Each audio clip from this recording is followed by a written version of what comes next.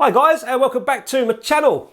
Check that out, Mamiya Rz67, or as you say in the States, RZ67. As soon as it arrived on British waters from New York, we renamed it Rz67. So I've got the Mamiya Rz67 that was kindly sent to me by Kevin in New York. I didn't have a clue he was sending it to me. He sent me an email, he said, I'm sending you something in the post. Let me know when it gets there. And look, it's an Rz67. I was completely blown away. I mean, I'm blown away when people send me stuff in the post, film, paper, cameras and stuff to try out, even zines and prints. And, you know, I'm very grateful.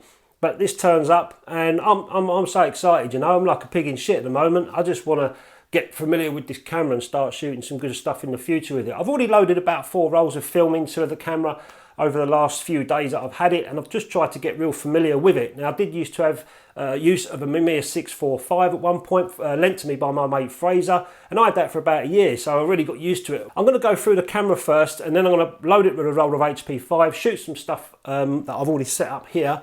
The Buddha, do you remember the broken Buddha? The Buddha that I bought my wife and accidentally dropped it when I tried to take a photograph of it. I had to borrow another one. But yeah, I'm going to take a photograph of the broken Buddha again. I think last time I did it on 35mm. So I'll set a small little scene up there. So I'm going to whack some HP5 in there, take the photographs, get the darkroom and see what I can do. But I'll show you around the camera first of all. Now, when I first got the camera, Kevin kindly sent me a nice letter here. And Kevin's a subscriber of the channel, also a Patreon as well.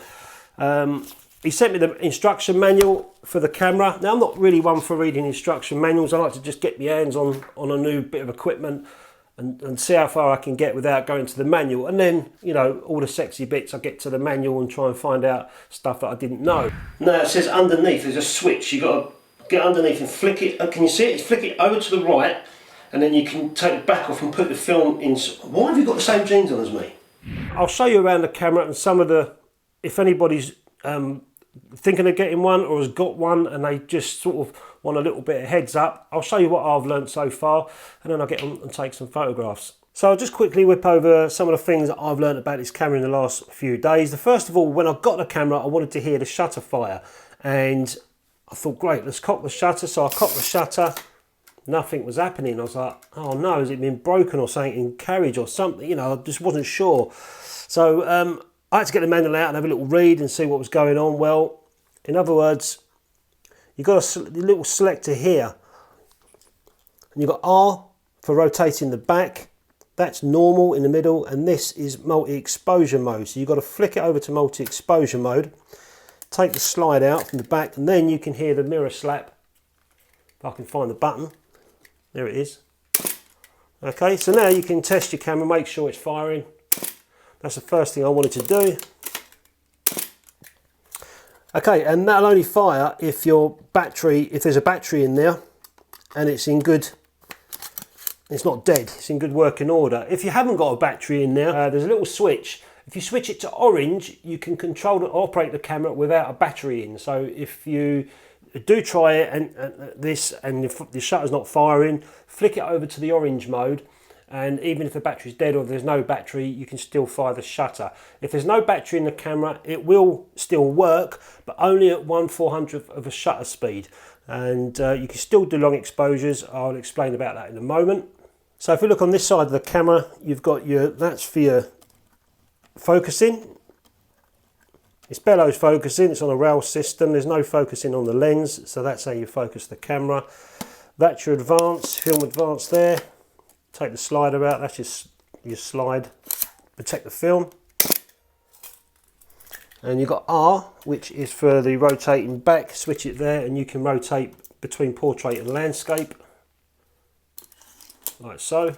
So if we look on the other side of the camera, that's the focusing knob there for the bellows focusing, and a little tiny lock as well, so you just flick that when you're in focus and you won't nudge yourself out of focus. There's your hot shoe for your flash, that's just for carrying strap, and this is your shutter speed dial here. The shutter speed goes from 400th of a second all the way to 8 seconds, and there's a bulb feature as well. There's also another small indicator on there, which I believe is for an electronic prism to sit on the top, a viewfinder for auto exposure, but I'm not going to talk about that because I haven't got one, so we'll just go straight into the bulb mode. So I like to shoot a lot of seascapes, and for that I use bulb mode. Now I did read up on this camera in the manual. If I just put my cable release in the socket there, so if I was to use this in bulb mode, okay, I can fire the shutter and it'll open the lens. I don't know if you can see that through the camera there, but it'll only do it for about 50 seconds, and after about 50 seconds you'll hear this audible alarm, which is a warning that the shutter's going to close in about 10 seconds time. So in effect you're only going to get about a minute of long exposure in bulb mode on this camera when there's a battery inside. However, and what that does, it's there to save your battery being drained. But what you can do is long exposures. Take the cable release out. On this lens, you'll see another cable release socket. If I put my cable release in there, and up on the top of the lens, there's a little T which stands for time. So I can change that from normal, flick it over to time. And now, when I cock the shutter, open the mirror, it's a leaf shutter lens, so nothing's happened at the moment until I press the cable release. And there it goes. Now I can do long exposures however long I like. That's not going to close. And I don't even have to have a battery in the camera to be able to do this. So this is really handy for me for when I'm doing seascapes and long exposures. To release that shutter, all I do is press the top of this little button here on top of that switch, or I can just put the lens cap on. I'd probably be more inclined to put the lens cap on and then release the switch. It will just eliminate any shake on the camera. But yeah, if I just press this button here, yeah, and it will close the shutter or the leaf shutter, and it will put the camera back into normal mode. Yeah, so it's yeah, funny way of going around it. But the lens itself is a 90mm lens. I'm not going to take it all apart, but you've got a PC socket there for a flash sync.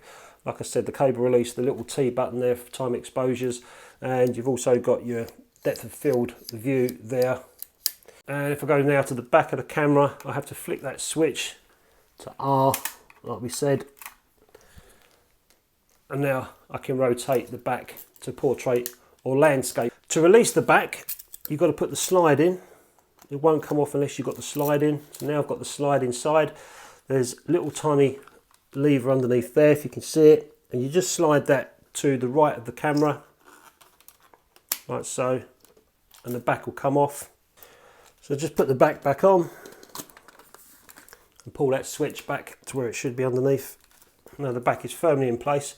To load the film, you can either take the back off, but to load the film you've got to pull these two prongs here, one there and one there. Gosh, there it goes. You can open the door and this part just comes out, and that's where you load your film. Pull it back, close the door and push them two prongs back in. So this is the waist level viewfinder here. So you just plop that up like so, and you've got a little tiny magnifier that you can pull out. If there's a little tiny switch inside, and you just push it to the left and the magnifier pops up for you to get extreme focusing. The waist level viewfinder, if you look down there, it's nice and bright, it's big, so you know focusing is really easy, especially with these bellows focusing here on the sides. I haven't had any problems with focusing. And you can take this off if you want to put an attachment on like a prism. If you just push these two levers here, push towards the lens, it will just come off And there's your ground glass there. If you want to clean it as well, give it a little blow. I always find it tricky to put back on though. If I slide it back in, push those two, oh there you go, it's gone back in straight away. So that's how you take the viewfinder off there to get to the ground glass if you want to clean it or put the prism back on. On the side of the camera, as you're opening and closing the bellows, you've got this little tiny chart. And at first that really confused the hell out of me. I was like, what's this chart all about?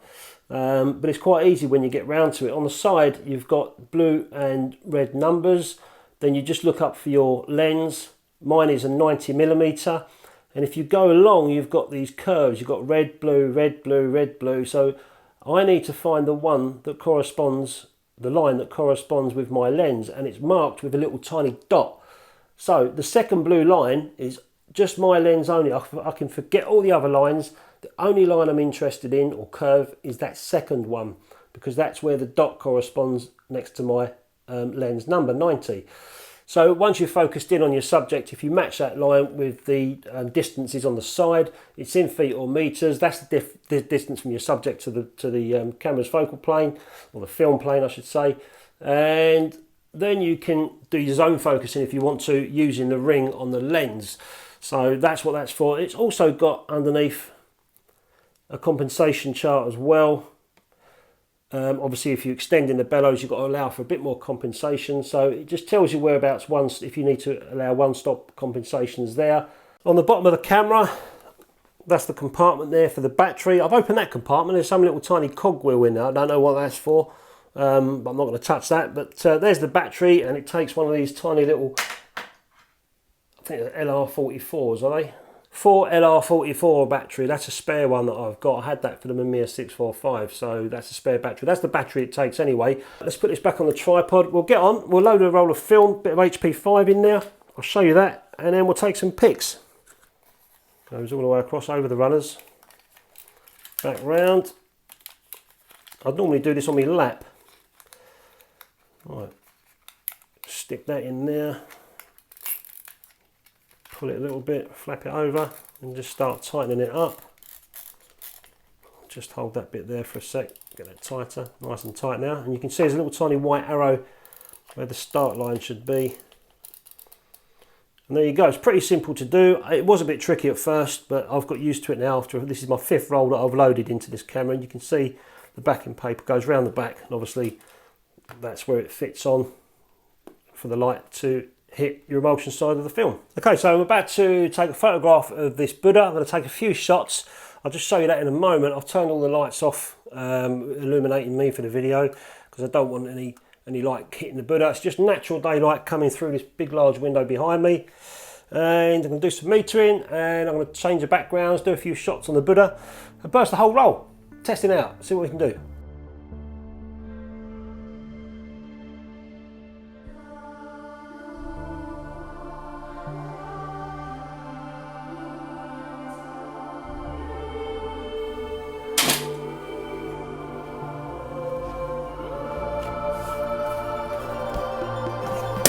Oh no, drop the bloody whole thing.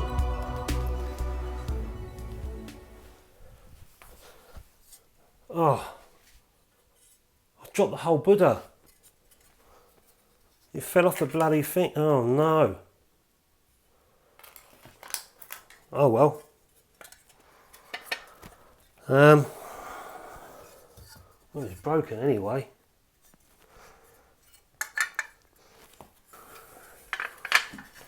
Sorry, Buddha. So, luckily I've got another one. See, the first one I bought my wife, I dropped and broke, and then I decided to take photographs of it because it looked quite cool. I've done it again, but I did buy my wife another one after I dropped it the first time round, so we'll have to use this one.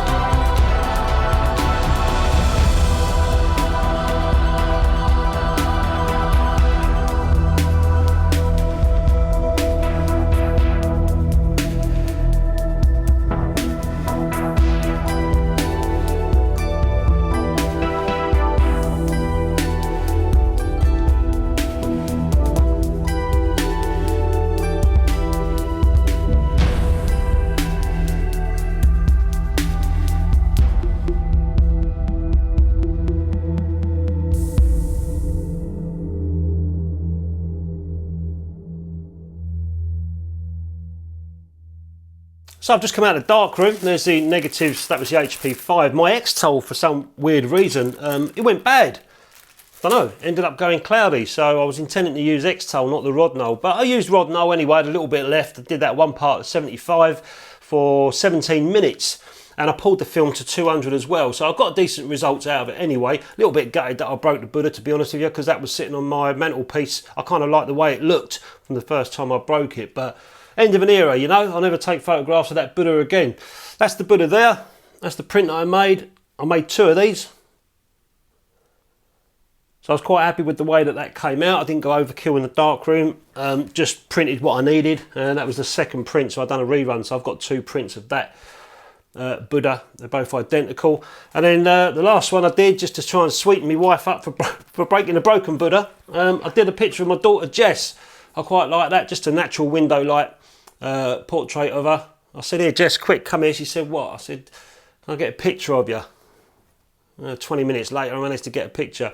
Anyway, so yeah, that's Jess as well. This is Kentmere resin 16 by 12 paper, as you saw in the darkroom. So there's a couple of things that I didn't mention. Was Kevin sent me the 645 back. He knows that I haven't got a 6x7 enlarger. Normally this would come with 6x7, but he sent me the 645 back. So that's ideal, but it means I can just shoot, develop and print my negatives. And also the viewfinder, you'll notice back in the video, there's, for portrait mode, there's 2 bars that come in on either side, and in landscape mode there's 2 bars that come in on the top, just so you can compose your image. With the 645 back, I believe, or any other back without not being 6.7, it's kind of the opposite way. So if I put this in portrait mode, the bars inside come out as landscape, and vice versa. So it's just a little bit of getting used to. If there's anything that I've missed out on this camera or I've got wrong, let us know in the comments for me and everyone else to see. So there you go, that's my first hands-on experience with the RZ67. Like I said, I've only had it a few days, so I've got loads more to learn with it yet, you know, shooting it and getting more used to it as I go along. But I'm certainly looking forward to bringing this into the channel more often, as well as all my other cameras as well. So thanks for watching, guys. Hope you enjoyed the video, and I'll catch you next time.